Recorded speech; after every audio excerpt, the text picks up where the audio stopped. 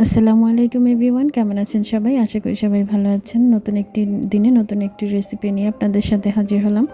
তো আমি আপনাদের আজকে দেখাবো একটি ডিম দিয়ে আমি কিভাবে sponge cake, vanilla sponge cake তৈরি করব, সেটাই আপনাদের সাথে আজকে শেয়ার করব। তো একটি ডিম দিয়ে আমি এখানে 3টি ভ্যানিলা কাপকেক হয়েছে আমার।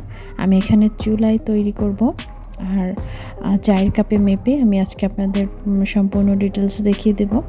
তো এর জন্য আমি এখানে একটি ডিমের সাদা অংশ নিয়ে নিয়েছি।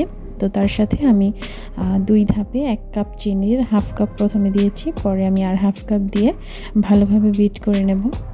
তো এখানে আমি কোনো ইলেকট্রিক বিটার ইউজ করিনি, এখানে আমি হ্যান্ড উইক্স দিয়ে এই বিটটা যে চিনি আর ডিমের সাদা অংশটা এটা আমি বিট করে নিয়েছি। তো চিনিটা গলে আসলে আমি এখানে 1 কাপ ময়দা দিয়ে দিয়েছি, আর পাউডার ভ্যানিলা এসেন্স আর হাফ চা চামচ হচ্ছে বেকিং পাউডার। এটা দিয়ে আমি একটু চেলে নিয়েছি, ছাঁকনিতে চেলে নিয়ে তারপর আমি এই যে ডিমের কুসুমটা দিয়ে দিয়েছি। এখন আমি 1 টেবিল স্পুন দিয়ে দেবো। আমি এখানে 1 চা চামচ 2 বারে 2 চামচ তেল দিয়ে দিয়েছি, এখানে রান্নার যে তেল।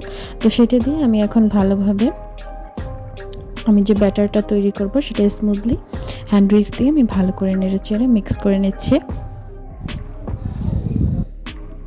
তো আমার ব্যাটারটা রেডি। এখন আমি এখানে যে চায়ের কাপে আমি মেপেছি সেই চায়ের কাপে আমি এগুলো বসাবো।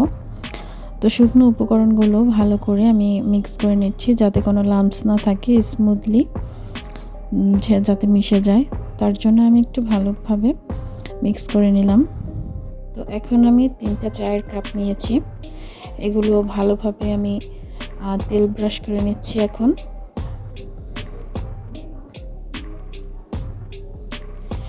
ভালো করে 3টি কাপে আমি তেলটা ব্রাশ করে নেব যাতে কেকগুলো সহজেই উঠে আসে কাপ থেকে।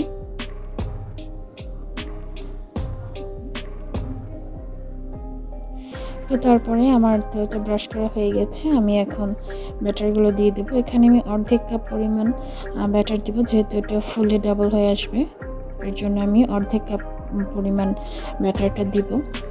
দিয়ে আমি এখানে একটা পাতিল নিয়ে নিয়েছি, পাতিলে আমি একটা স্ট্যান্ড বসিয়ে তার উপরে আমি একটা কেকের যে মোল্ড, এখানে স্কোয়ার শেপের যে কেকের মোল্ড সেটা দিয়ে তারপরে আমি উপরে 3 কাপ, আমার একটা ডিমের 3টি কেক হয়েছে চায়ের কাপের।